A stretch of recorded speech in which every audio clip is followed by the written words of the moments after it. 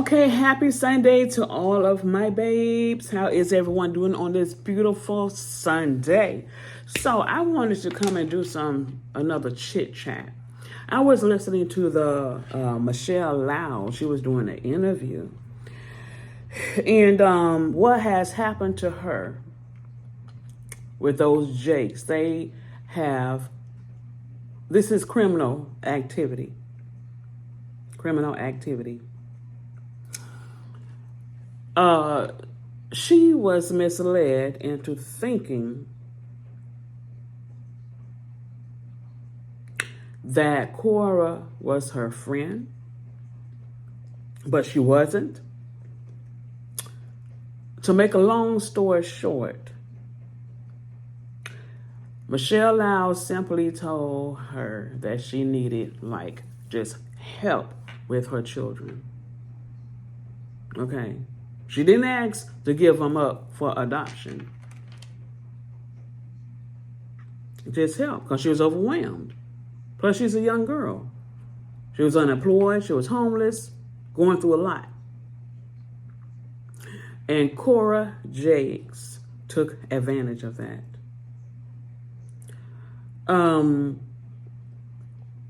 They brought in Judge Faith Jenkins. I'm trying to make this short and to the point. Because I was trying to figure out why isn't some legal authorities getting involved. Come to find out, it is. Okay? And they was paid off. Judge Faith Evans. Not Faith Evans. Faith Jenkins. She drew up the papers for Michelle Lau to sign over her child to Cora Jakes. Now, when I heard the interview, Michelle said that Judge Faith Jenkins had said to her, "We haven't met prior to this meeting today. You don't look like you want to do this. Do you really want to do this? Do you want to sign over your child?" And Michelle said no. So Faith Jenkins should have stopped right then. As a matter of fact, Faith Jenkins was in error to begin with, to be drawing up papers to begin with. You hadn't met with the patient, the client. You hadn't met with Michelle. Faith Jenkins hadn't met with not one psychiatrist, not one darn psychologist that diagnosed her to be an unfit mother, to have to sign her child over to anyone.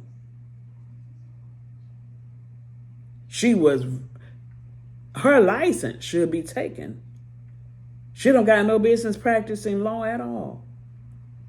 Now, I'm a social worker now. At the beginning of this video, I showed y'all my master's in clinical social work from Clark Atlanta University. DCF was nowhere near involved in any of this because there was no reason for her child to be taken from her. She was tricked and coerced into signing documents that she had no knowledge of. No knowledge.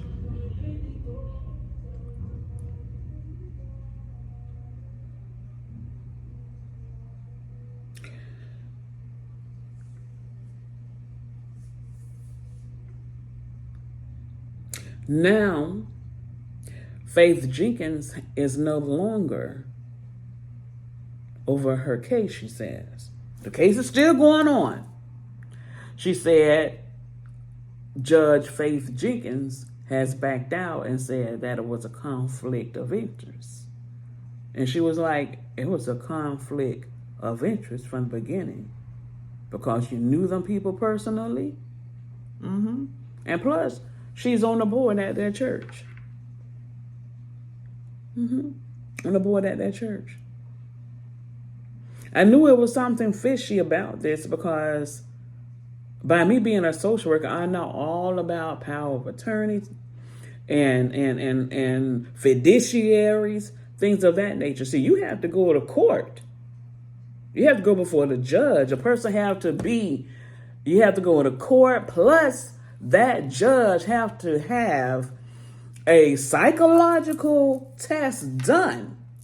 I know because I have to do it all the time for my patients. In order for my patients to have to have a beneficiary, there has to be a psychological testing done stating that they are not mentally stable to take care of any business and they need someone else to do it. Now, one time did I hear that in that interview that she was diagnosed by a psychiatrist or a psychologist saying that she was not mentally capable of taking care of her child. So none of this should have taken place. She is a victim. That child is a victim. And all of them need to be in jail that's involved, including the judge that drew up those papers for that child to sign. And knowing that she was in a crisis, they knew she wasn't in her right mind because she had so many things going on. This is just totally awful. But the Most High is going to make sure that she get her justice, and they're going to get their judgment. Like Cat Williams say, 2024 is justice and judgment. Okay? So y'all tell me what y'all think about this Michelle Lau situation. I'm telling you right now, it's totally criminal. Totally criminal.